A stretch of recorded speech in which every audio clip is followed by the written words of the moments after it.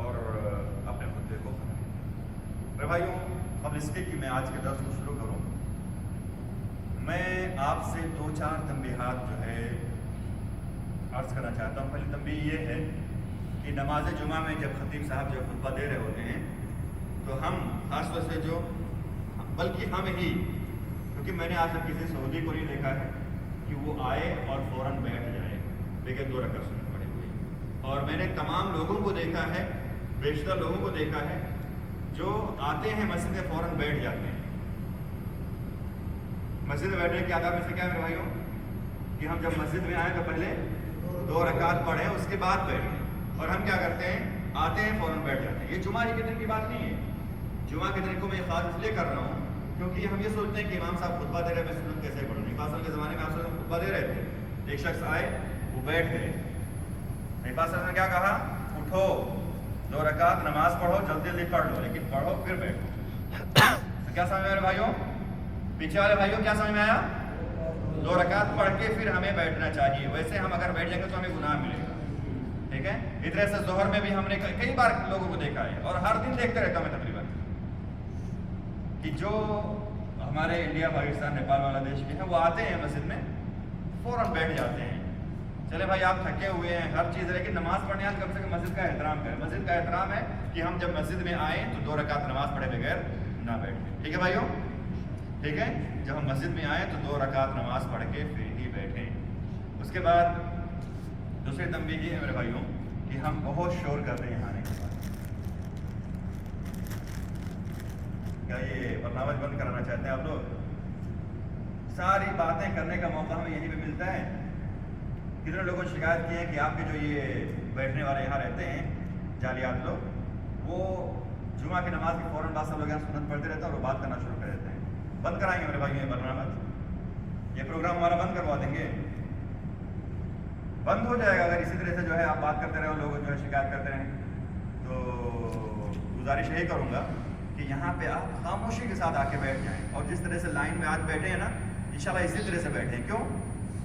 کیونکہ یہ جو ویڈیو بن رہا ہے نا، ویڈیو کے اندر بغیر ترتیب کے ساتھ جو ہے لوگ جو بیٹھے رہتے ہیں، اور ویڈیو ماشاءاللہ صاحب بہت سارے لوگ دیکھتے ہیں، یہ نہیں کہ 1-2 لوگ دیکھتے ہیں باقی ختم ہو گیا، بہت سارے لوگ ماشاءاللہ 100-150 تک لوگ دیکھ لیتے ہیں الحمدللہ، کم سے کم۔ اور جب اس کو شارٹ میں ڈال دیا تو 1000 2000 3000 لوگ تو کم سے کم دیکھ لیتے ہیں۔ تو اس میں ذرا اچھا نہیں لگتا ہے کہ ہاں کس طرح سے بغیر ترتیب کے ساتھ لوگ بیٹھے ہوئے ہیں، کوئی جہاں آ رہا ہے وہیں بیٹھ جا رہا ہے۔ تو میرے بھائیو گزارش یہی ہے کہ آپ جب یہاں آئیں تو خاموشی کے ساتھ بیٹھ جائیں اور ترتیب کے ساتھ بیٹھیں، تاکہ جو ہے اچھا لگے دیکھنے والوں کو بھی، اور ہماری جو ویڈیو ہے اس میں بھی آپ کا جو ہے منظر ہو وہ اچھا ہو، دیکھنے لائق۔ اس کے بعد میرے بھائیوں میں آپ کو پوری صدر سے بتا چکا ہوں کہ اسلام کی بنیاد کن چیزوں پر ہے؟ اسلام کی بنیاد 5 چیزوں پر ہے۔ کون کون؟ آج سارے لوگوں سے پوچھوں گا، اس کے بعد ہی جو ہے چھٹی ہوگی۔ اچھا، اسلام کی بنیاد کن چیزوں پر ہے؟ کتنے پر ہے؟ کتنے پر ہے؟ کتنے پر ہو؟ کتنے پر ہے؟ کتنے پر؟ کتنے پر؟ اسلام کی بنیاد کن چیزوں پر ہے؟ 5 چیزوں پر اسلام کی بنیاد ہے نا۔ نمبر 1 لا الہ الا اللہ محمد رسول اللہ کی گواہی ہے، ٹھیک ہے۔ نمبر 2 نماز، نمبر 3 نمبر 4 نمبر 5 ماشاءاللہ۔ تو یہ 5 امور ہیں جن پر اسلام کی بنیاد قائم ہے، ٹھیک ہے بھائیوں۔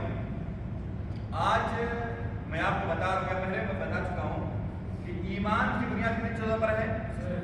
کتنی چیزوں پر؟ 6 چیزوں پر ایمان کی بنیاد۔ نمبر 1 اللہ رب العالمین پر ایمان لانا، ٹھیک ہے۔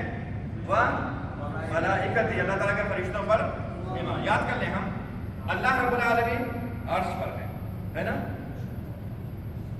اللہ رب العالمین کس کے ذریعے سے کچھ بھیجتا ہے ہمارے پاس؟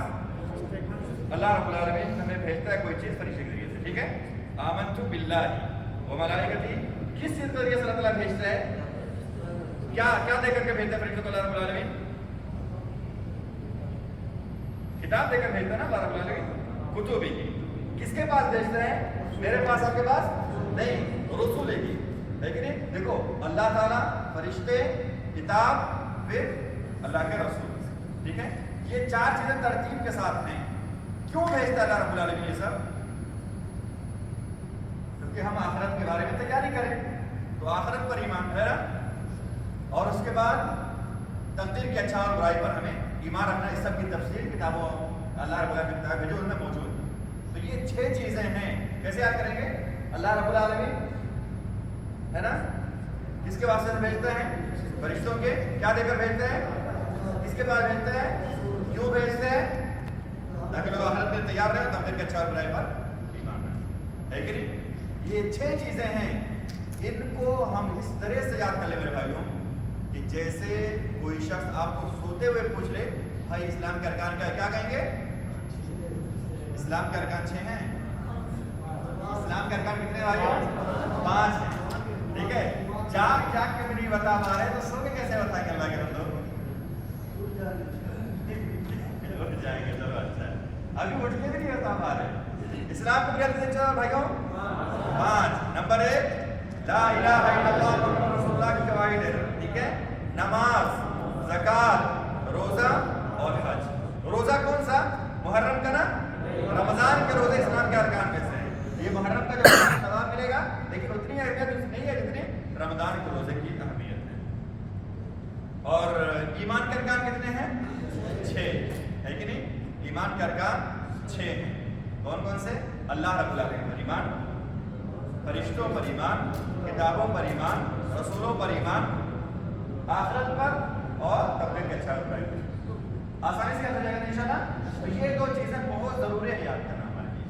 ٹھیک ہے میرے بھائیو, اسلام کے ارکان, ایمان کے ارکان یاد ہو گئے. میں نے گزشتہ درس میں آپ کو بتایا تھا کہ لا الہ الا اللہ کا مطلب کیا ہے.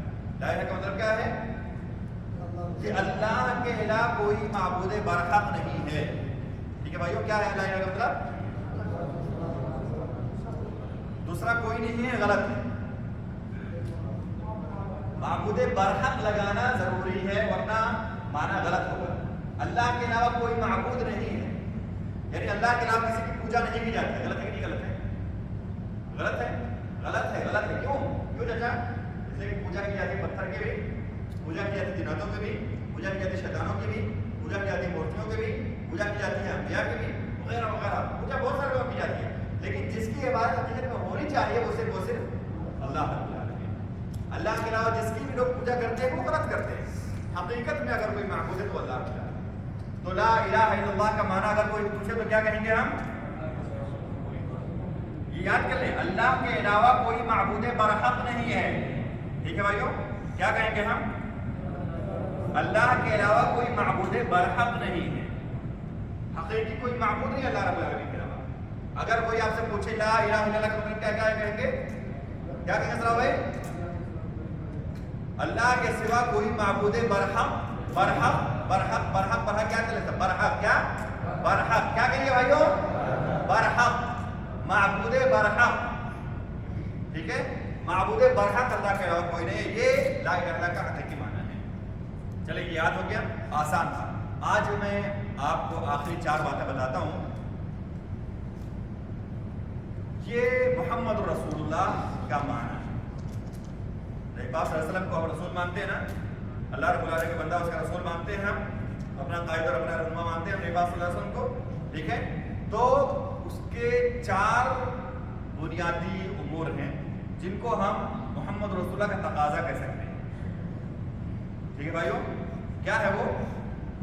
طاعتہ فیما امر. کیا ہے؟ جو اللہ کے رسول صلی اللہ علیہ وسلم نے حکم دیا. یاد کریں, میں آپ کو بتا رہا ہوں, اگلے درس سے پوچھوں گا. ٹھیک ہے انشاءاللہ, اور جو انشاءاللہ جواب دے گا وہ ہمیشہ عمرہ فری میں جائے گا. ٹھیک ہے انشاءاللہ. بہت سارے آفر نکل رہے ہیں نا ماشاءاللہ. جو درس میں ہمیشہ حاضر ہوگا وہ عمرہ فری میں جائے گا, جو نیا آئے گا وہ عمرہ فری میں جائے گا, ہے نا, جس کا پہلا عمرہ ہوگا, اور جو سوالوں کے جواب دیتا رہے گا وہ بھی عمرہ فری میں جائے گا انشاءاللہ. دونوں ایک ہی بات ہے نا, جو درس میں حاضر ہوگا وہی سوال کا جواب بھی دے گا. یعنی میں بات بہت کر رہا ہوں لیکن کام ایک ہی ہے کہ نہیں؟ چلو الحمدللہ. تو میرے بھائیوں, لا الہ الا اللہ کا معنی ہم نے جان لیا کہ اللہ کے علاوہ کوئی معبود برحق نہیں، محمد رسول اللہ صلی اللہ علیہ وسلم کے تقاضے ہم جانتے ہیں کہ محمد رسول اللہ صلی اللہ علیہ وسلم کو کا ماننا یا اس کی شہادت دینے کا مطلب یہ ہے کہ جو اللہ کے رسول صلی اللہ علیہ وسلم نے ہمیں حکم دیا اس کو ہم مانیں. یہ پہلی چیز ہے.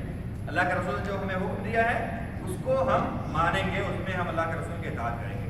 طاعتہ فیما امر وتصدیقہ فیما اخبر، مطلب جو آپ صلی اللہ علیہ وسلم نے خبر دی ہے قیامت تک کے آنے والی چیزوں کے بارے میں، اس میں ہم کیا کریں گے؟ اللہ کے رسول صلی اللہ علیہ وسلم کی تصدیق کریں گے کہ اللہ کے رسول صلی اللہ علیہ وسلم کی زبان سے بات نکلی ہے، قیامت تک آنے والی ہمارے ذہن میں آئے یا نہ آئے، وہ بات سچ ہے، سچ ہو کر رہے گی. مثال کے طور پر، مثال میں آپ کو دوں، مسجد اقصی کس کے قبضے میں ہے ابھی؟ یہود کے قبضے میں. لیکن ایک بات ہم نے کہا کہ ایک ایسا آئے گا ہے نا قیامت قریب، وہ ہم مسلمان کی ایک مسلمان.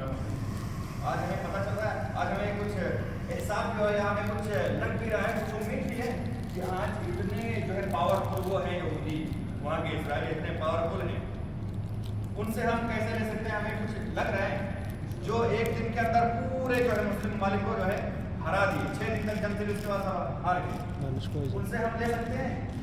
اتنے پاورفل ہیں وہ، کبھی ہمارے ذہن میں امید نہیں ہوتی ہے.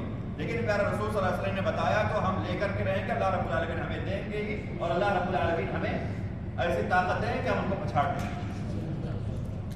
تو نبی پاک صلی اللہ علیہ وسلم نے جو بھی خبر دی ہے اس کی ہمیں تصدیق کرنی ہے. آپ صلی اللہ علیہ زمانے مبارک سے نکلی ہے بات، وہ بات سچ ہے چاہے ہمارے سامنے آئے یا نہ آئے. ٹھیک ہے میرے بھائیو؟ تو دو چیز ہوئی، جو اللہ کے رسول نے حکم دیا اس کو ہم مانیں، جو اللہ کے رسول نے خبر دی ہے اس کو ہم سچ مانیں گے. ٹھیک ہے. وَاجْتِنَابُ مَا عَنْهُ نَهَا وَزَجَرَ، جس چیز سے آپ صلی اللہ علیہ وسلم نے روکا ہے اس سے ہمیں رک جانا ہے. جس چیز سے آپ صلی اللہ علیہ وسلم نے ہمیں روکا ہے اس سے ہمیں رک جانا ہے. کس سے روکا آپ صلی اللہ علیہ وسلم نے؟ غلط کام سے آپ صلی اللہ علیہ وسلم نے روکا ہے نا. نشے والی چیزوں سے آپ صلی اللہ علیہ وسلم نے روکا ہے، لیکن نماز چھوڑنے سے آپ صلی اللہ علیہ وسلم نے منع کیا ہے. تو ہم رک جائیں، نماز پڑھنے آ جائیں. جو نشے والی چیزیں ہم استعمال کرتے ہیں اس سے رک جائیں، ورنہ کیا ہونے کا نہیں نماز پڑھنے کو. ٹھیک ہے میرے بھائیو؟ وَأَلَّا يُعْبَدَ اللَّهُ إِلَّا بِمَا شَرَعَ، اور اللہ رب العالمین کی عبادت اسی طریقے پر کی جائے جو طریقہ آپ صلی اللہ علیہ وسلم نے ہمیں بتایا. ٹھیک ہے بھائیو؟ مثال کے طور پر فجر کی نماز کتنے رکعت ہیں؟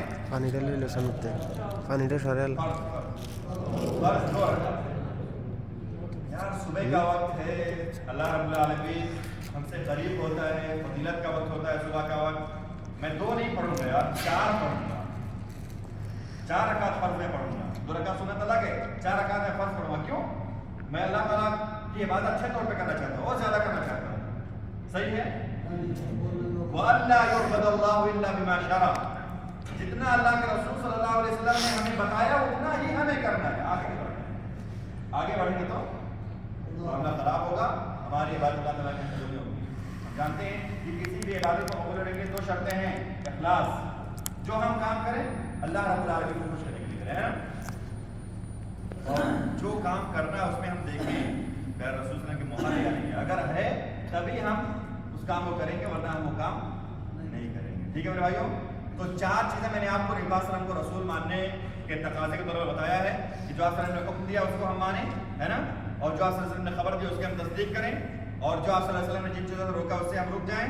اور چوتھی چیز یہ ہے کہ عبادت ہم اسی طرح سے کریں جس طرح سے اللہ کے رسول صلی اللہ علیہ وسلم نے کرنے کا حکم دیا ہے. بہت زیادہ ہو گیا معذرت کے ساتھ. اقول قولی ھذا واستغفر اللہ لی ولکم ولسائر المسلمین من كل ذنب فاستغفروه انه هو التواب الغفور. السلام علیکم ورحمۃ اللہ وبرکاتہ وجزاکم اللہ